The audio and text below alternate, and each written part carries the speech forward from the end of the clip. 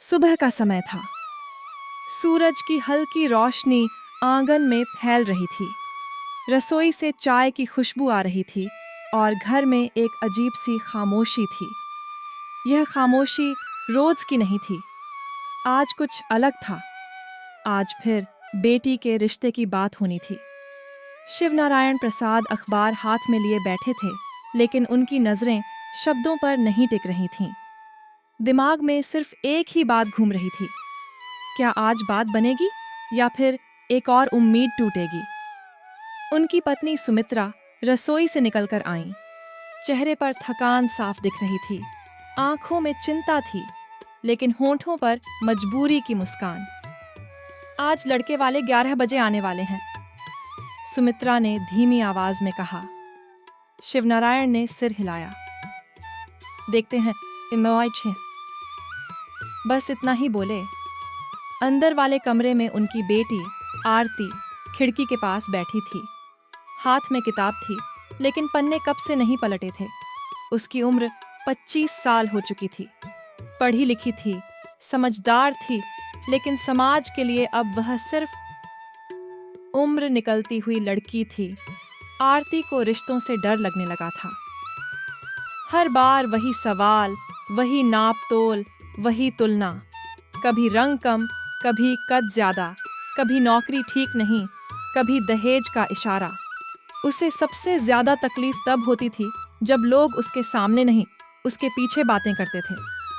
लड़की तो ठीक है, और उसी पर में सब खत्म हो जाता था।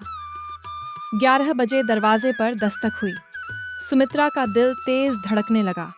उन्होंने साड़ी का पल्लू ठीक किया और दरवाजा खोला। लड़के वाले अंदर आए। लड़के के माता पिता और एक रिश्तेदार। सबके चेहरे पर औपचारिक मुस्कान थी। बैठते ही इधर उधर नजर दौड़ाई गई, जैसे घर नहीं कोई सामान देखा जा रहा हो। आरती चाय लेकर आई। सिर झुकाकर सबको नमस्ते किया और चाय रखकर लौटने लगी। लड़की को जरा बैठने को कहिए, लड़के की मां ने कहा। आरती बैठ गई। सवालों की बारिश शुरू हो गई। कहाँ तक पढ़ी है? क्या काम करती है? खाना बनाना आता है या नहीं?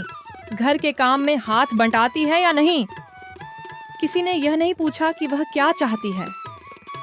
शिवनारायण सब देख रहे थे। हर सवाल उनके सीने में चुभ रहा था, लेकिन वे चुप थे क्योंकि उन्हें अपनी बेटी का भविष्य दांव पर लगा हुआ लग रहा था। फिर असली बात आई। हम लोग दहेज के खिलाफ हैं, लड़के के पिता ने कहा। बस थोड़ा बहुत बेटी को दे दीजिएगा, अपनी हैसियत के अनुसार। यह थोड़ा बहुत शिवनारायण के लिए पहाड़ जैसा था। बातें खत्म हुई। लड़के वाले चले गए। घर में फिर वही खामोशी लौट आई। सुमित्रा की आंखों में आंसू थे। क्यों हर बार ऐसा होता है? उन्होंने पूछा। शिवनारायण ने गहरी सांस ली। क्योंकि हम एक बेटी के माता पिता हैं, उन्होंने कहा। आरती चुपचाप अपने कमरे में चली गई। उसने दरवाजा बंद किया और बिस्तर पर बैठ गई। उसे रोना नहीं आ रहा था, आंसू जैसे सूख गए थे। उसे गुस्सा भी नहीं आ रहा था, बस एक खालीपन था। शाम को पिताजी उसके कमरे में आए।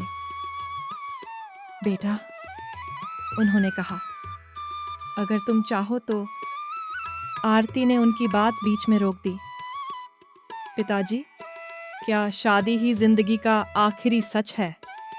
उसने पूछा। शिवनारायण के पास जवाब नहीं था।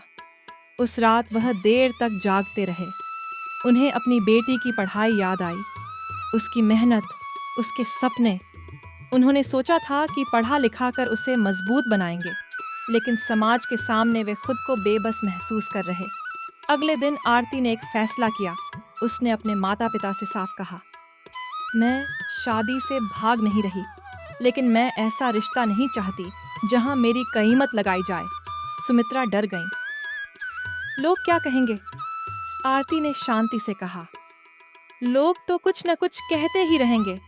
माँ, समय बीतता गया, रिश्ते आते रहे, जाते रहे। कुछ आरती ने मना किए, कुछ सामने से टूट गए। एक दिन एक साधारण सा रिश्ता आया, न ज्यादा तामझाम न बड़ी बड़ी बातें। लड़का अमन एक स्कूल में शिक्षक था। पहली मुलाकात में ही उसने आरती से कहा, मैं एक साथी ढूंढ रहा हूँ, सौदा नहीं। आरती पहली बार खुलकर मुस्कुराई। उसके माता पिता भी सादे लोग थे। उन्होंने न दहेज की बात की न तुलना की।